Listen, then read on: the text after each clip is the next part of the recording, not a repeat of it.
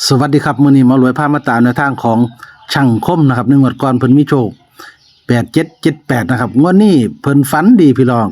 ฝันเห็นในหลวงรอ10อยู่ห้องนักบินเพิ่นมักตัวใดหรือในหลวงบอกเลขตัวใดลองไปติดตามความฝันของช่างคมในวันนี้กันเลยครับ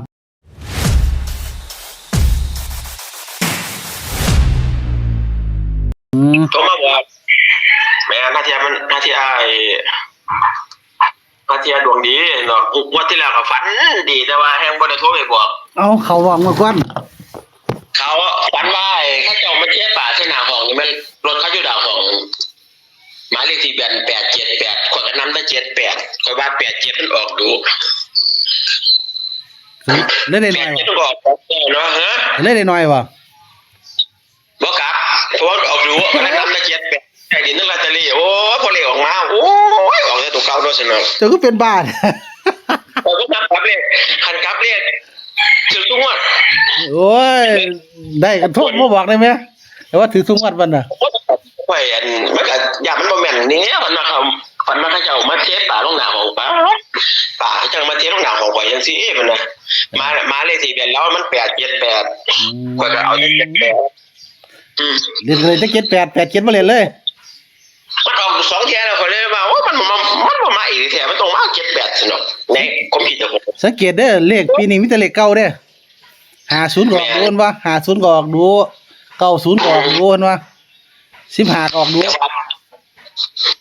แต่ว่าวันนี้ก็ฝันจำได้แน่บ่ได้แน่ก็มันก็หลายมื้อแล้วเนาะก็แต่ว่าฝันดีอยู่ เออ อันนี้จะอ่านได้บ่นี่ อันแล้ว อันนั้นบ่ ฝันเห็นในหลวงล้อ10เด้อ ม ฝันเห็นในหลวงล้อ10ฝันว่าได้ไปนั่งอยู่ในของนักบินนะครับเพิ่นเบิ่งคลิปเพิ่นเอามาฝันก็บ่จักดอกแต่ว่ามันฝันเป็นลาวเด้แต่ว่าบัดนี้ฝันว่าบัดนี้เขาไปอยู่ในห้องนักบินนะเพิ่นก็เว้าแบบธรรมดาแบบเฮาน่ะแต่ว่าข้อยบ่เคยฝันเห็นเพิ่นจักเที่ยเด้เป็นรวย ครับผม แล้วสิฝันเห็นพวกสิฝันเห็นกษัตริย์นี่ฝันเห็นยากกว่าเด้อแม่นอยู่ บัดนี้ก็เลยบอกเพิ่นก็เลยบอกว่าชิมบินมันสิมีหน้าปัดหลายๆบ่ชิมไหมแม่นเพิ่นบอกว่าให้หมุนเข็มไหมเข็มหน้าปัดเข็มบินทุกอันนั่นมาที่เลข8เพิ่นวาจังซี่แหมแบบเพิ่นว่าจะหมุนขึ้นเด้อให้หมุนลงเพิ่นว่าจังซี่แม่เพิ่นรวยเพิ่นว่าอย่าหมุนขึ้นนะให้หมุนลงหมุนเข็มอันน่ะปาทุกเหรียญน่ะมาที่เลข8เบิดเพิ่นว่าแบบนี้บัดนี้ข่อยเลยว่าข่อยเลยเข้าไปเบิ่งในหมายเลขเครื่องบินเพิ่นเดี๋ยวข่อยเลยส่งหมายเลขเครื่องบินให้เพิ่นให้สิส่งหมายเลขแต่เบิ่งมันเป็น Boeing 737-800มันบ่เพิ่นบินไปผู้ท่านเพิ่นบินไปอันต่างประเทศว่างั้นได้มั้ยเดี๋ยวข่อยเลยส่งข้อมูลให้เด้อข่อยเว้าแล้วมันสิมีข้อมูลที่ข่อยแคปไว้อยู่จะต้องส่งมาก็ได้Boeing 737แต่ว่าซื้อ737วันนี่บ่มีว่าแล้วก็800แต่ว่าหมายเลขเครื่องบินเพิ่นอยู่ข้างนั่นเครื่องบินเพิ่นนั่น90410อันนั้นคือร้านประจำตัวเพิ่นร้านประจำแต่ว่าเพิ่นข่อยมันติดใจที่ว่า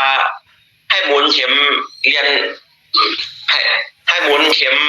หน้าปากทุกเข็มมาที่เลข8เนาะนี่แม่หมุนลงนะอย่าไปหมุนขึ้นเพิ่นว่าจังซี่แม่ไม่รวยลงกับเลขล่างตัวเนาะข่อยเลยว่านี่เป็น800หรือ0880บ่เนี่ยกัน8มา8ในรายการเนาะไปที่เลข8ตัวเดียวมั้ย8ตัวเดียวอันเครื่องบินมันมีหยังแน่กับเครื่องบินกับหมายเลขเครื่องบินเพิ่น737 Boeing 737-880โอ้ย800เดี๋ยวข่อยได้ส่งข้อมูลให้ข้อมูลที่ข่อยแคปไว้อันนั้นนะข่อยเข้าไปเบิ่งใน Google ว่าหมายเลขประจำอีหยังเครื่องบินที่เพิ่นนั่งนั่นมีเลขหยังแน่แต่ว่าข่อยมัน 8ย่างเนาะ เอา8อย่างเลย80คูณ8โอ้คิดสั่นล่ะเลขตัวเดียวไหมเลขตัวเดียว0ใส่เด้ แม่ ปริศนาคือ07เนี่ยคมลงตัวหนึง ฮะ ลงตัวนึง07นำลงตัวหนึง ก็แต่ว่าอันนี้ก็แล้วแต่ได้แต่ว่าข่อยมั่นใจเลข8 เด้อ เพราะว่าเพิ่นบอกว่าแบบนี้ แล้วก็ฝากตัวนึงก็คือไอ้เลขทูปเท่านั้นล่ะอยู่ตัววันพระมัน ไอ้097เท่านั้นแหละ เนี่ย 097ของกันบ้านที่จุดแม่นอยู่ แต่ว่าข่อยฝันมันที่พุ่นเนี่ยข่อยรวยก็ฝันมันที่17พุ่นนี้เลขออกพุ่นนี้เลขออกวันที่16วันศุกร์เนาะ ฝันเลยฝันต้องวัด 7ยามแลงวันที่17ยามแลงฝันเลย โอเคบินไหมนะคิดบินก่อน737ไปเด้ เดี๋ยวข่อยส่งข้อมูลให้ บ่มาโลดเพราะว่าข่อยสิจดแล้ว Boeing 737 800 800นั่นเด้เขาคือบิน800พอดีเนี่ย800เอาเบิดตัวนี้เนาะ เดี๋ยวเราข่อยเข้าไปเบิ่งใน อันตัวมักตัวไหนตัวให้เสื้อ ตัวมาก็คือไอ้ว่าได้ซื้อ800นี่ล่ะ800ครับ8008นี่ล่ะแล้วก็เลขทูปนี่ล่ะ97นี่ล่ะมีเท่านี้เพราะว่าสิจับที่เลข8ได้ คนขอรถเตรียมนึงเด้อ07นำเลยเด้อ แต่ว่าอันนี้ก็แล้วแต่เพราะว่า เพราะว่าเพิ่นว่าลงแหมลงอาจจะเป็น7ก็ได้ให้เข้าว่าลงนะ แม่นบ่แม่นลงก็คือว่ามันสิลงล่างว่าซั่นเด้ เอาก็บ่เป็นบ่หยังก็สิมั่นใจ08เจ้า80เจ้านี่ล่ะ อันนี้ก็แล้วแต่หมดเลยลงบ่ลงก็แต่ว่าผมไก่อัน800นี่แล้วเด้อแม่800 008นี่แล้วเด้อ80นี่แล้ว เนาะเอามีแสดงว่าเลขช่างคมวันนี้มีเลขขีบินในหลวงเนาะ737แล้วก็เลขรัฐอีกตัวนึงคือ800นะครับ แม่น ช่างคมเลยมัก8008เนาะ แม่น หมดเลยขออนุญาตลงตัวนึงคือ07กันไว้นะแม่เลขทูปก็นี่เด้เลขทูปมันมีอยู่07นี่เด้ 097 097ในเลขทูปนี่ยังมีอยู่ก็เป็นไปได้คือกันนะครับแต่ว่าเพิ่นว่า8เนาะ8หันลงเบิดเนาะเพิ่นบอกว่าให้หมุนเข็มไม้ทุกเข็มเนี่ยไปที่เลข8เพิ่นว่าแบบนี้อย่าหมุนขึ้นนะให้หมุนเข็มลงระวังสิแม่หมุนเข็มลงหรือลางหรือ8สิมีหรือ8สิยังอยู่ลางอยู่เป็นไปได้เนาะอันนี้ก็บ่รู้เด้อ8ว่า8เด้อครับมันฝันแบบนี้เนาะจากผมซื้อตัวได้ไว้แล้วฮะก็ซื้อตัวได้ไว้แล้วโอ้ก็ซื้อลอตเตอรี่ก็อัน080นี่ล่ะแล้วว่าได้หาซื้อ